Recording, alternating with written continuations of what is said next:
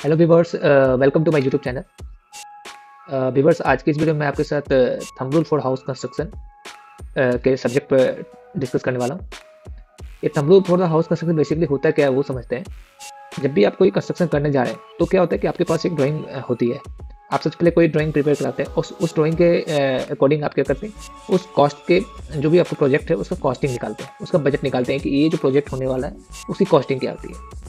अगर आप उसको पूरी ब्रीफली में जाएँ और पूरा सारा कुछ क्वांटिटी सेविंग सब कुछ क्वांटिटी टेक ऑफ करें, तो उसमें काफ़ी टाइम टेकिंग लग सकता है। बट अगर आपको उससे एक रफली आइडिया लेना हो कि उस प्रोजेक्ट को करने में, प्रोजेक्ट को कंप्लीट करने में या उसको प्रोजेक्ट को बनाने में कितना आपका बजट जाने वाला है, कितना आपका बजट रहना चाहिए, तो वहाँ पर आपको क्या आता है, थंब रूल का काम आता है कि आप थंब रूल अगर आपको पता है तो आप वहाँ का एक कह सकते हैं कि एक लमसम अमाउंट आप वहाँ से फाइंड आउट कर सकते हैं। ये थंब रूल काफ़ी इंपॉर्टेंट होता है और ये थंब रूल कहाँ से ड्राइव होता है वो आप समझते हैं। ये थंब रूल बेसिकली ड्राइव होता है पास्ट एक्सपीरियंस से, ऑब्जर्वेशन से। जब आप किसी चीज़ को फ्रीक्वेंट वे में काम कर रहे हैं, जैसे आपने कंक्रीटिंग क्यों साइट पे करवा रहे हैं, कंक्रीटिंग साइट पे करा रहे हैं, कंक्रीटिंग साइट पे कर रहे हैं, तो आप जब जनरल फेज में आप देखेंगे तो वहाँ पर क्या होता है कि आपको कंक्रीट ऑर्डर करना पड़ता है। तो आपको वहाँ पर क्या, ऐसा तो नहीं कि आप ड्राइंग लेकर बैठेंगे, कैलकुलेशन करेंगे, ये करेंगे। तो वहाँ पर आपको एक थंब रूल वहाँ पर आपका एक माइंड में वो प्रिपेयर हो जाता है कि हमें इतनी, अगर यहाँ कंक्रीट करनी है तो हमें इतनी की रिक्वायरमेंट होगी। तो वो थंब रूल वहाँ से निकलता है। मतलब आपके पास्ट एक्सपीरियंस से कह सकते हैं, आपके ऑब्जर्वेशन से कह सकते हैं, आपके रिसर्च से कह सकते हैं। इनसे जाके सब कुछ जब आपका एक डेटा निकल के आता है, उस डेटा को हम लोग क्या कहते हैं, थंब रूल कहते हैं। और थंब रूल बेसिकली आपका एक शॉर्टकट है जो आप यूज़ कर सकते हैं आप अपने बजट को निकालने के लिए। और साथ ही साथ बजट के अलावा आप क्वांटिटी टेक ऑफ में भी आप इसका हेल्प कर सकते हैं कि आपको कितनी क्वांटिटी की रिक्वायरमेंट है। तो आशा करता हूँ कि आज का ये सेशन आपके लिए इंपॉर्टेंट रहेगा, तो इस वीडियो को अंत तक देखिएगा। अगर ये आपको पसंद आए तो लाइक कीजिएगा, शेयर कीजिएगा, हमारे चैनल को सब्सक्राइब कीजिएगा, ताकि आपको ही ऐसी इन्फॉर्मेटिव वीडियो मिलती रहे और आप यहाँ से कुछ नया सीखते रहें। तो चलिए देर ना करते हुए शुरू करते हैं। तो व्यूअर्स, जैसा कि इस वीडियो में मैं आपको अभी पहले बताया था कि इसमें हम क्या बात करने वाले कि हाउस कंस्ट्रक्शन का थंब रूल क्या होने वाला है, जो क्वांटिटी टेक ऑफ निकालने के लिए हो या फिर बजट निकालने के लिए। तो सबसे पहले इसमें जो रहेगा वो इंट्रोडक्शन पार्ट रहेगा, जो भी आपको मैंने आपने बताया भी। सेकंड क्या रहेगा, आपका मटेरियल लिस्ट, आपका मटेरियल क्या क्या है जो इस आपके थंब रूल में, जो इस आपका जो भी इस सेशन में मैं आपके साथ शेयर करने वाला हूँ, उसमें कौन से मटेरियल लिस्ट को कंसिडर किया गया है, कौन से मटेरियल को कंसिडर नहीं किया गया है, वो भी मैं आपको बताने वाला हूँ। साथ ही साथ आपका एक 1000 स्क्वायर फीट का हाउस कंस्ट्रक्शन का एक एग्जाम्पल भी लिया हूँ, ताकि आपको जो भी डेटा दूँ उस डेटा को पूरी कैलकुलेशन के साथ, उस पूरी ब्रीफली के साथ मैं आपको समझा सकूं, ताकि आपको कोई भी डाउट ना रहे कि ये कहाँ से आ गया और ये कैसे आ गया। ये पूरा आज के सेशन में आपको मैं क्लियर करने वाला हूँ। तो सबसे पहले देखते हैं कि ये जो सेशन रहने वाला है, जो अभी मैं आपको थंब रूल बताने वाला हूँ, उसमें जो बेसिक कंस्ट्रक्शन मटेरियल जो मैंने कंसीडर किया वो क्या किया है। सबसे पहले आप देखेंगे कि कोई भी जब आपका कंस्ट्रक्शन प्रोजेक्ट वर्क होता है तो उसमें सबसे मेजर जो मटेरियल यूज होता है वो होता है कंक्रीट का। और कंक्रीट में आप देख सकते हैं कि आप साइट पे भी इसे मिक्स करा सकते हैं। तो साइट पे जब आप मिक्स कराएंगे तो यहाँ पर सीमेंट, सैंड और एग्रीगेट की रिक्वायरमेंट होगी। बट अगर आप कहीं से आरएमसी बैचिंग प्लांट से आप ऑर्डर करते हैं, आरएमसी साइट पे मंगाते हैं, तो वहाँ पर क्या होता है, आपको कंक्रीट। तो यहाँ पर जो हमने कंसिडर किया है वो साइट से आरएमसी का, ठीक है। अगर आप देखेंगे कि तो आपका आरएमसी से थोड़ा चीपर होता है आपका जो साइट पे प्रिपेयर करते हैं। तो आप देख सकते हैं कि अगर आपका जो आरएमसी की कॉस्ट आएगी तो उससे आपका 10 to 20% आपका साइट पे जो होगा वो चीपर रहने वाला है। तो आप वहाँ से भी कंसिडर कर सकते हैं। आप अगर साइट पे प्रिपेयर करना चाहते हैं तो जो भी आपका आरएमसी का कॉस्ट है उससे 10 to 20% आप उसे कम कर लेंगे, तो आपको जो आप साइट पे प्रिपेयर कराएंगे वहाँ का कॉस्टिंग आ जाएगा। दूसरा क्या है, सीमेंट। सीमेंट के आपका जो प्लास्टरिंग वर्क में या मोर्टार वगैरह में यूज होने के लिए क्या होता है, सीमेंट का यूज होता है। तो यहाँ पर सीमेंट कंसिडर किया गया है। सैंड, एग्रीगेट, रेनफोर्समेंट स्टील और ब्रिक्स, टाइल्स, पेंट। इन सब में जो बेसिक कंस्ट्रक्शन मटेरियल है उसके बारे में आज डिस्कस करेंगे। इसके अलावा जो भी आपका जो इंटीरियर है, आपका जो भी सैनिटरी है, जो भी आपका एमईपी है, ठीक है, तो वो सब अभी इसमें कंसिडर नहीं किया जा रहा है। तो इसमें बस जो बेसिक आपका कंस्ट्रक्शन है वो कंसिडर किया जा रहा है। तो चलिए देखते हैं। तो सबसे पहला मटेरियल है आपका वो है कंक्रीट। जो भी मैं बताया, कंक्रीट बेसिकली आपका किससे मिलकर होता है, सीमेंट, ठीक है, सीमेंट। उसके बाद किससे रहता है, इसमें रहता है सैंड, और इसमें फिर क्या रहता है, एग्रीगेट, ठीक है। तो इसे क्या, कंक्रीट को दो टू वे है इसका प्रिपेयर करने का। एक है आपका साइट पे, आप साइट पे इसको प्रिपेयर कर सकते हैं, मिक्स कर सकते हैं। एक या आरएमसी या बैचिंग प्लांट से, ठीक है। जब साइट पे प्रिपेयर करेंगे तो आपको कंक्रीट मिक्स करने के लिए आपको क्या चाहिए, जब साइट पे आप प्रिपेयर करेंगे तो आपको कंक्रीट मिक्स करने के लिए क्या चाहिए, ये तीनों क्वांटिटी को आपको क्या करना है, परचेज करना है और उसे क्या करना है, साइट पे मिक्स करना है। बट अगर आरएमसी से आप मंगाएंगे तो ये तीनों क्या होगा, आपको वहाँ बैचिंग से ही आपको मिक्स होकर आएगा और आपको बस साइट पे क्या करना है, उसको पोर करना है। तो अभी जो यहाँ कंसिडर किया गया है वो आरएमसी से कंसिडर किया गया है, क्योंकि मैं इसमें आपको पर्टिकुलरली सीमेंट, सैंड और एग्रीगेट की क्वांटिटी अलग करके नहीं बता रहा हूँ। अगर आपको ये भी जानना हो तो मुझे कमेंट कीजिएगा, मैं आपको ये भी डिस्कस करूँगा कि आपका जो भी ग्रेड है उस ग्रेड को कंसिडर करते हुए आपकी क्वांटिटी क्या आने वाली है। ठीक है, आपको उसमें सीमेंट कितना लगने वाला है, सैंड कितना लगने वाला है और एग्रीगेट कितना लगने वाला है, ये भी बताने वाला हूँ। जब अगर आपको ये रिक्वायरमेंट हो तो आप मुझे जरूर कमेंट कीजिएगा। अभी चलिए देखते हैं आज के सेशन में क्या बता रहा हूँ। For RCC slab beam and column footing. अभी क्या है कि आप देखेंगे कि जो आपका फुटिंग होता है, फुटिंग में आपका मेजर कंक्रीट जाता है, फिर आपका कॉलम बीम में जाता है, स्लैब में फिर स्लैब में जाता है। तो आप देखेंगे कि जो कंक्रीट का कंजम्पशन है वो हर मतलब एलिमेंट पे, हर स्ट्रक्चर एलिमेंट पे अलग अलग है। बट यहाँ जो मैं आपको एक जनरल जो यहाँ पर दिया हूँ 0.038 टू 0.042 क्यूबिक मीटर पर स्क्वायर फीट, वो जनरली एक एवरेज है आपका, कि अगर आपका टोटल जो बिल्टअप एरिया अगर है वो अगर 1 स्क्वायर फीट है अगर, ठीक है, तो उसमें जो कंक्रीटिंग आएगी, चाहे वो फुटिंग को लेकर, बीम को लेकर, स्लैब को लेकर, कॉलम को लेकर, तो वो ये रहने वाला 0.038 टू 0.042 क्यूबिक मीटर पर स्क्वायर फीट। ठीक है, पर स्क्वायर फीट आप वहाँ से कैलकुलेट कर सकते हैं। तो अगर आपका कोई बिल्टअप एरिया अगर मान लेते हैं कि आपकी कोई प्लॉट एरिया या बिल्टअप एरिया अगर 1000 है, ठीक है, 1000 स्क्वायर फीट है, तो आपको जरूरी नहीं कि आपको इसमें पूरा बीम का, कॉलम का और आपका जो भी स्लैब का हो, फुटिंग का हो, इन सब का कैलकुलेशन निकालना। आप जनरली यहाँ से आप थंब रूल से मल्टीप्लाई करके आप फाइंड आउट कर सकते हैं कि यहाँ पर कंक्रीट की क्वांटिटी कितनी आने वाली है। अब देखेंगे कि आप जो अभी मैं आपको बता रहा हूँ यहाँ 0.038 टू 0.042, ये आपकी एक्चुअल रिक्वायरमेंट है, एक्चुअल रिक्वायरमेंट है। बट क्या होता है कि जब आप साइट पे कोई भी चीज़ ऑर्डर करते हैं या सब साइट पे आप उसको यूज करते हैं तो उसमें कुछ ना कुछ वेस्टेज होता है। तो वो वेस्टेज परसेंटेज क्या है, यहाँ पर जो साइट ऑब्जर्वेशन दिखा गया कि on site wastage can increase consumption by 5 to 7%। जो भी यहाँ आपको दिया गया, ये जो आपको डेटा दिया जा रहा है, इसमें क्या होगा 5 to 7% का वेस्टेज हो जाएगा। तो हमें अगर ये चाहिए, अगर मान लो आपको एक क्वांटिटी चाहिए, ठीक है, और आपका क्या हो रहा है कि 5 to 7% उसमें वेस्टेज भी होगा, तो आपको 5 to 7% इसमें क्या करना पड़ेगा, एक्स्ट्रा मंगाना पड़ेगा, तभी तो जाके आपको 1 नंबर ऑफ क्वांटिटी आएगी। तो अगर आप इसको देखेंगे तो यहाँ पर अगर मैं 5 को कंसिडर करूँ कि आपका 5% वेस्टेज है, तो 1 हो जाएगा और 5% हो जाएगा। अगर इसको आप देखेंगे तो क्या हो जाएगा, 105 हो जाएगा बाई 100। अगर इसको डिवाइड करेंगे तो 1.05। ठीक है, ये आपका आ जाएगा। तो आपको इतने, अभी देखिए प्रैक्टिकल एग्जांपल से समझते हैं कि अगर आपका जो एरिया है वो 1000 का, या जो आपका बिल्टअप एरिया वो 1000 स्क्वायर फीट का है, ठीक है, और मैं जो इसमें कंजम्पशन कंसिडर कर रहा हूँ, देखेंगे कि आपका इसका जो लोअर रेंज है वो 0.038 है और हाइयर रेंज जो है वो 0.042 है। तो चलिए इसका एवरेज लेके चलते हैं, तो 0.04 को कंसिडर करते हैं कि इसका जो है कंजम्पशन क्या होगा, 0.04 होगा। ये क्या है, आपका एक्चुअल है। अभी क्या होगा, इसमें वेस्टेज भी होगा। तो वेस्टेज को जब हमने यहाँ पर देखा था कि हमें तो क्वांटिटी एक चाहिए, बट इसमें वेस्टेज को मिलाकर अगर देखें तो जो मल्टीप्लिकेशन फैक्टर आ रहा है वो आ रहा है 1.05। मतलब आपकी जो भी एक्चुअल क्वांटिटी होगी, अगर उसको 1.05 से मल्टीप्लाई कर दें तो हमें क्या निकलेगी, वो रिक्वायर्ड क्वांटिटी। क्यों? क्योंकि इसमें से जो वेस्टेज होगा वो भी कंसिडरेशन होगा, जो भी आपका एक्चुअल क्वांटिटी होगा वो भी कंसिडरेशन होगा। जो रिक्वायर्ड क्वांटिटी होगी उसको अगर हम 1.05 से जो आपकी जो एक्चुअल क्वांटिटी है, जैसे 1000 इंटू 0.04, ये आपकी एक्चुअल क्वांटिटी है, इसको अगर हम 1.05 से मल्टीप्लाई करें तो हमारी क्या हो जाएगी, रिक्वायर्ड क्वांटिटी। तो अगर देखा जाए कि अगर आपको 1000 स्क्वायर फीट में अगर आपको कोई कंक्रीटिंग करनी है, तो वहाँ पर आपको जो रिक्वायरमेंट होगी वो कंक्रीट की होगी 42 क्यूबिक मीटर, 42 क्यूबिक मीटर। आप यहाँ से थंब रूल इसको नोट डाउन कर सकते हैं ताकि ये आपके फ्यूचर डिफरेंस के लिए हेल्पफुल रहे। चलिए देखते हैं नेक्स्ट जो आपका है वो है आपका रेनफोर्समेंट स्टील। जो आपका कंक्रीट के बाद जो दूसरा सबसे मेजर आइटम होता है वो होता है रेनफोर्समेंट स्टील, क्योंकि आपका जो टोटल कंस्ट्रक्शन का कॉस्टिंग आप देखेंगे तो कंक्रीट और आपका जो स्टील, दो मेजर आइटम जो होता है वही बियर करता है।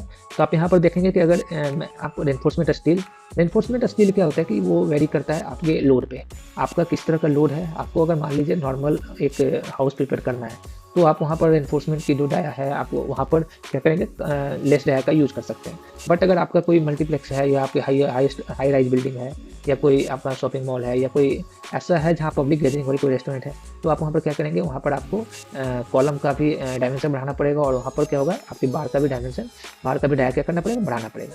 तो यहाँ पर हमने दो एस्पेक्ट्स में कंसिडर किया है, एक रेसिडेंशियल पर्पस और एक कॉमर्शियल पर्पस। ठीक है। तो अगर रेसिडेंशियल पर्पज़ की अगर पहले बात करें, अगर हम देखें कि अगर आपको जो वहाँ कंस्ट्रक्शन करना है वो G+1 है, मतलब ग्राउंड फ्लोर के बाद 1 फ्लोर का और मतलब 2 फ्लोर का अगर है और उसमें कोई भी मतलब ऐसा हैवी लोड नहीं आ रहा है, आपका नॉर्मल लोड है उस पे, ठीक है।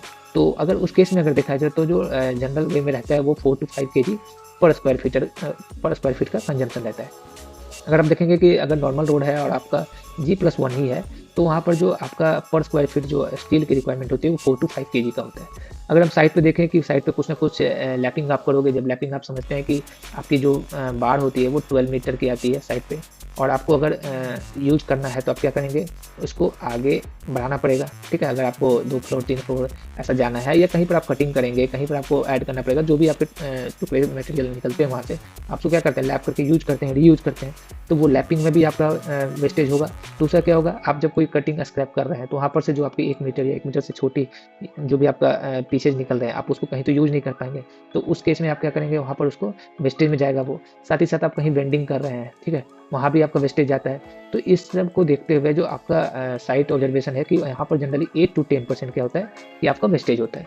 अगर 8 to 10% में वेस्टेज को कंसीडर करें, अगर इसमें अगर हम 10% को रखते हैं कि 10%, चलो एक आपका कैलकुलेशन थोड़ा ईजी हो इसलिए क्या किया है, 10% का वेस्टेज को कंसीडर करते हैं। तो अगर प्रैक्टिकल एग्जांपल में देखें तो 1000 स्क्वायर फीट के लिए जो रिक्वायर्ड क्वांटिटी होगी, देखिए ये आपका क्या है, एक्चुअल क्वांटिटी, बट आपका साइड पे वेस्टेज वगैरह को भी कंसीडर करें अगर, तो जो रिक्वायर्ड क्वांटिटी होगी वो होगी 1000 इंटू, अगर आप देखें 4 और 5 का जो एवरेज है क्या होगा 4.5, ना मैं हाइयर साइड ले रहा हूँ ना मैं लोअर साइड ले रहा हूँ, अगर मिडिल में आपको देखें तो 4.5 आता है, 4.5 केजी पर स्क्वायर फीट इंटू, अभी आप देखेंगे 10% है तो 1 प्लस 10%, अगर इसको जब आप कैलकुलेट करेंगे तो ये आपका आ जाएगा 1.1, ठीक है। तो ये आपका मल्टीप्लिकेशन फैक्टर हो गया कंसिडरिंग आपका जो भी वेस्टेज है। जब आप इन सबको कैलकुलेट करेंगे आप तो ये जो निकल के आएगा 4950 केजी, तकरीबन 5 टन के अराउंड, 5 टन आपकी रिक्वायरमेंट होने वाली है टोटल, कंसिडरिंग वेस्टेज वगैरह को देखते हुए। अगर रेसिडेंशियल पर्पज से आप कोई हाउस कंस्ट्रक्शन कर रहे हैं और अगर आपकी फ्लोर G+1 है, कोई नॉर्मल लोडिंग है, तब जो आपका आने वाला है वो आने वाला है 4950 किलो, या इसको अगर टन में करें तो तकरीबन 4.95 आ जाएगा। तो इसको अगर शॉर्ट में देखा जाए तो 5 टन, ठीक है, अगर राउंड ऑफ कर दे तो ये 5 टन के अराउंड रहने वाला है। अब बात करते हैं कमर्शियल, कोई आपका प्रोजेक्ट है, कमर्शियल प्रोजेक्ट में अगर देखें अगर उसमें हाई लोड आ रहा है, कुछ हैवी लोड आ रहा है, ठीक है, तो उस केस में अगर देखें तो वहाँ पर जो स्टील की रिक्वायरमेंट होगी 6 to 8 केजी पर स्क्वायर फीट की रहने वाली है, ठीक है। आप देखेंगे जिसमें नॉर्मल लोड था तो वहाँ पर क्या था कि 4 to 5 केजी था, अगर हम देखें हाँ उस पर हैवी लोड है तो वहाँ पर 6 to 8 केजी पर स्क्वायर फीट होगी। अगर हम देखें यहाँ भी वही 8 to 10% अगर हम लैपिंग वेस्टेज में अगर कंसिडर करें तो जो इसके जो रिक्वायर्ड कर, देखिए ये जो अभी आपको यहाँ पर जो है ये आपकी है एक्चुअल, इतनी रिक्वायरमेंट है, ठीक है, एक्चुअल, ठीक है। तो अगर ये एक्चुअल है तो आपको जो साइट पे रिक्वायरमेंट होगी वो क्या होगी विथ वेस्टेज, आपको वेस्टेज को भी कंसीडर करना पड़ेगा, नहीं तो आप क्या करेंगे जब आप एग्जैक्ट या एक्चुअल वाली क्वांटिटी को अगर आप साइट पे लेके आते हैं तो अगर उसमें जो भी आपका वेस्टेज जाएगा वो वेस्टेज चला जाएगा, बाकी तो फिर आपका शॉर्ट कर जाएगा मटेरियल। तो रिक्वायरमेंट को जो भी आपको क्वांटिटी टेकअप करनी रहती है वो विथ वेस्टेज करनी रहती है, ताकि आपको साइट पे क्या हो कि उस चीज़ को अच्छे से यूज कर सकें। हाँ ये आप जरूर कर सकते हैं कि आप अगर अपने वेस्टेज को कंट्रोल करें तो ये 8 to 10% है तो इसको क्या कर सकते हैं 8 पे ला सकते हैं, 6 पे ला सकते हैं। और ये कैसे कंट्रोल होगा, प्रॉपर अगर इसको अगर प्रॉपर BBS बनाया जाए, ठीक है, और BBS के अकॉर्डिंग ये देखा जाए, जैसे आपकी अगर 12 मीटर की कोई पीसेस है तो अगर आपने कोई 5 मीटर का पीस कट किया और दूसरा आपने 5 मीटर का पी किया तो आपका 2 मीटर का स्क्रैप बच गया। अब 2 मीटर को आपको देखना है कि इस 2 मीटर को आपको कौन से स्ट्रक्चर में यूज हो सकता है, कहीं फुटिंग में यूज हो सकता है, चेयर बार में यूज हो सकता है। अगर आप इसको कहीं ना कहीं यूज कर लिए तो आपका क्या हो गया, ये वेस्टेज क्या हो गया, कम हो गया। लेकिन अगर आप देखेंगे कि आप बस ऐसा ही कटिंग करवाते जा रहे हैं, आपको स्क्रैप कहाँ यूज है आप वो प्लान नहीं कर पा रहे हैं, तो आपका ये बाद में ये क्या होगा, स्क्रैप आपके पास ज़्यादा होगा और आपका ये एक तरह से वेस्टेज बढ़ जाएगा।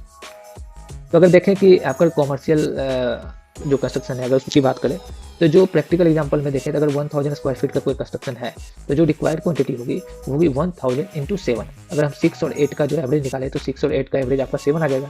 तो 1000 स्क्वायर फीट ये तो आपका एरिया हो गया, बिल्टअप एरिया, और अगर हम इसे मल्टीप्लाई करें 7 केजी पर स्क्वायर फीट का और साथ ही साथ आपका जो मल्टीप्लिकेशन फैक्टर है 1.1 विद कंसिडरेशन ऑफ वेस्टेज, तो टोटल जो आएगा वो आ जाएगा 7700 किलो, मतलब 7700 7700 किलो आ गया। अगर इसको अगर टन में करें कन्वर्ट तो 7.7 टन। तो अगर आप देखेंगे तो 1000 kg is equal to 1 ton, ठीक है। अगर इसको कंसीडर करेंगे तो आपका 7.7 टन के अराउंड ये आपका आ गया है, ठीक है। तो आपको ये ध्यान रखना है कि आपका जो थंब रूल है आपका रेनफोर्समेंट का वो कितना है for the residential purpose and commercial purpose, तो उसके हिसाब से ये क्वांटिटी आपकी वेरी करती है। जो नेक्स्ट आइटम है आपका वो है ब्रिक वर्क। ब्रिक वर्क में भी आप देखेंगे कि कहीं पर आपकी 9 इंच की होती है और कहीं पर आपकी 4.5 इंच की होती है। 9 इंच जनरली आपका क्या होता है कि जो भी आपका हाउस है उसका जो आउटर जो वॉल होता है वो 9 इंच का रहता है और जो पार्टीशन वॉल होता है वो आपका 4 इंच का होता है। बट वो डिपेंड करता है कि कहीं कहीं पर आपका पार्टीशन वॉल भी 9 इंच का होता है, कहीं कहीं पर आपका आउटर वॉल भी 4.5 इंच का है। तो आपको ये देखना है कि आपका जो ब्रिक वर्क है वो 9 इंच का है या 4.5 इंच का है। तो अब चलिए समझते हैं कि अगर 9 इंच का ब्रिक वर्क होगा आपका, ठीक है, अगर 9 इंच का ब्रिक वर्क हो तो ये 8.5 टू 9 ब्रिक वर्क, ठीक है, पर स्क्वायर फीट, ठीक है, पर स्क्वायर फीट में आपको अगर देखा जाए तो 8 टू 9 ब्रिक वर्क आपको लगने वाला है, ठीक है। अगर साइट ऑब्जर्वेशन में देखें, साइट ऑब्जर्वेशन में तो जो आपका ब्रिक का वेस्टेज है वो है तकरीबन 5% के अराउंड रहता है, ठीक है। तो 8 टू 9 ब्रिक वर्क आपको लगना है 1 स्क्वायर फीट में। अगर साइट ऑब्जर्वेशन में देखें तो आपका 5% का वेस्टेज है। अब आपको ये देखना है कि जो आपका 100% 1000 स्क्वायर फीट का अगर कोई आप कंस्ट्रक्शन कर रहे हैं तो क्या 1000 में आपका वो आने वाला है, सारे में ब्रिक वर्क आने वाला है? नहीं, क्योंकि ब्रिक वर्क तो आपके बीम से चारों तरफ रहता है, बीम पे ही रहता है, ठीक है। या आपका जहाँ जहाँ पार्टीशन होगा आप वहीं रहेगा और बाकी स्पेस में क्या होगा, तो वहाँ कोई ब्रिक वर्क नहीं होगा। तो वहाँ पर क्या देखा गया है कि जनरली जो होता है आपका जो भी बिल्टअप एरिया होता है उसका 55% क्या होता है आपका वॉल एरिया होता है। अगर आप देखेंगे कि अगर 1000 स्क्वायर फीट आपका बिल्टअप एरिया है तो इसका 55% कितना हो जाएगा, 550।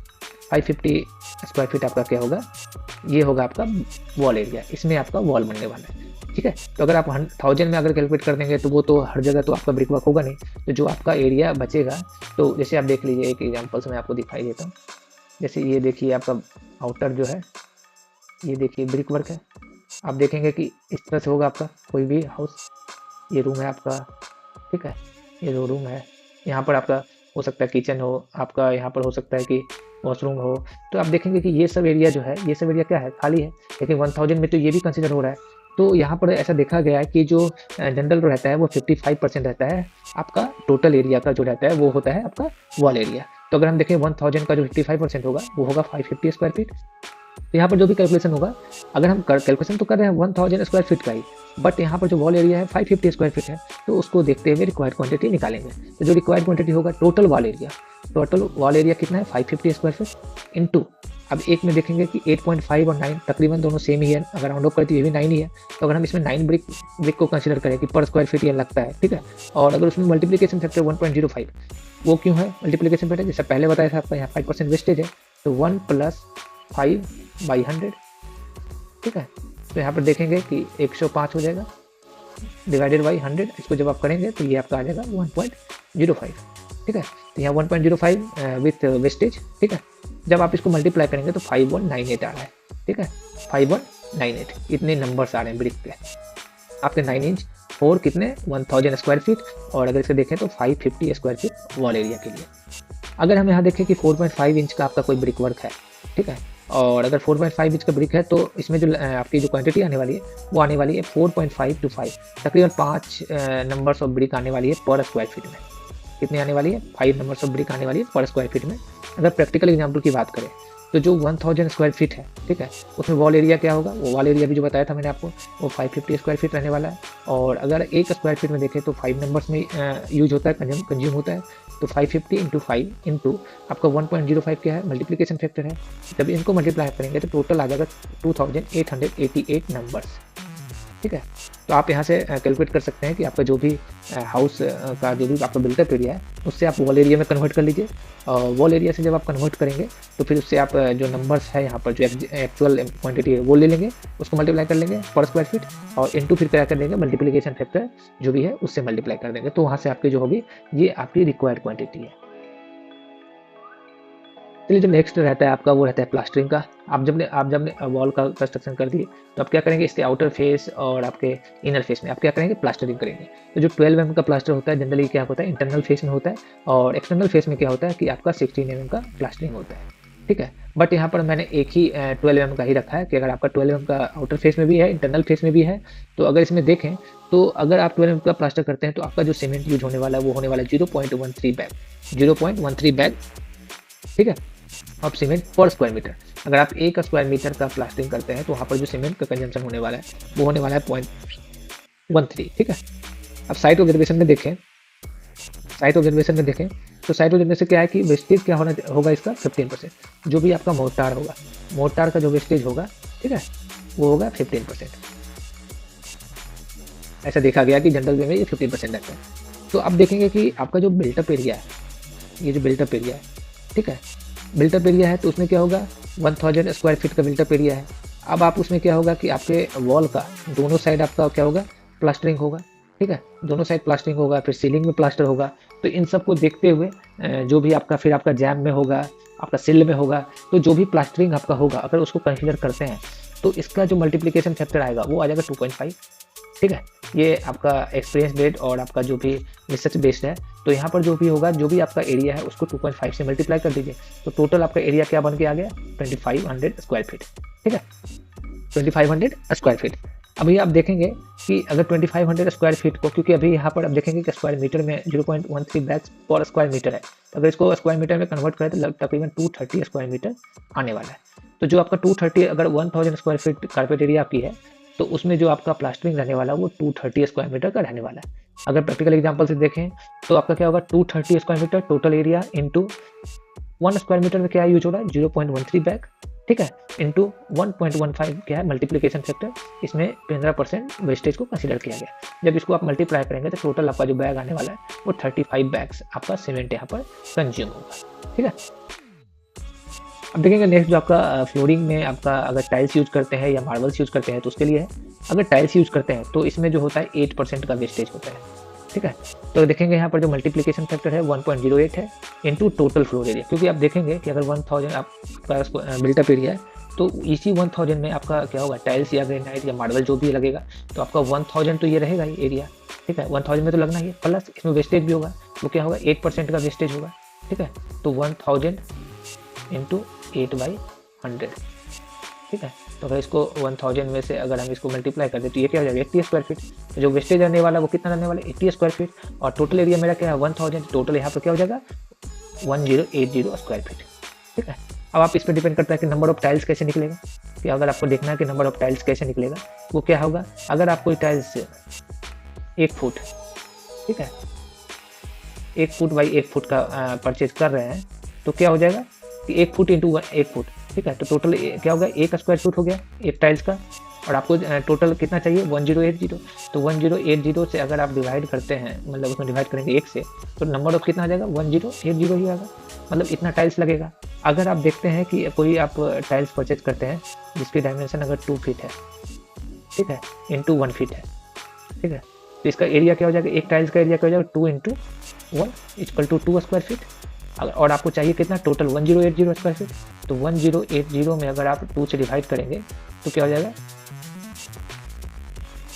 544 नंबर्स। ठीक है, तो यहाँ से आप इस वे में आप क्या कर सकते हैं टोटल नंबर ऑफ टाइल्स भी कैलकुलेट कर सकते हैं। अगर आप मार्बल या ग्रेनाइट लगा रहे हैं, मार्बल और ग्रेनाइट की बात करें तो इसका जो वेस्टेज परसेंटेज होता है वो 15% होता है। तो अगर आप इसे देखेंगे तो 1.15 into total floor area, total floor area आपका 1000 है, अगर इसको 1.15 से मल्टीप्लाई करें तो 1150 स्क्वायर फीट है। अगर आपको नंबर्स निकालना है तो आपको एक पीस जो भी आप परचेज कर रहे हैं उसका क्या करेंगे एरिया निकालेंगे, उसके बाद टोटल एरिया में से उस 1 पीस का जो एरिया है उससे उसको डिवाइड करेंगे तो जो भी आएगा वो आपका नंबर्स ऑफ पीस होगा। ठीक है, चलिए अब नेक्स्ट बात करते हैं पेंटिंग की। तो पेंटिंग भी आपकी जब आपने प्लास्टर कर दिया है, टाइल्स लगा दिए, तो उसके बाद क्या होगा पेंटिंग होगा। तो पेंटिंग में यहाँ बेसिकली प्राइमर का रखा गया, प्राइमर प्लस 2 कोट्स। ठीक है, तो 1 + 2 का है।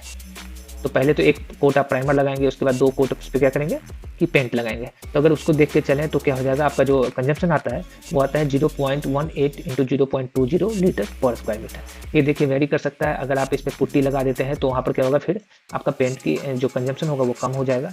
अगर आपकी वॉल की जो प्लास्टरिंग है और वो अच्छी स्मूथ फिनिशिंग है तो वहाँ पर भी आपका क्या होगा कि आपका जो पेंट का जो रिक्वायरमेंट है, जो भी कंजम्पशन है वो कम होगा।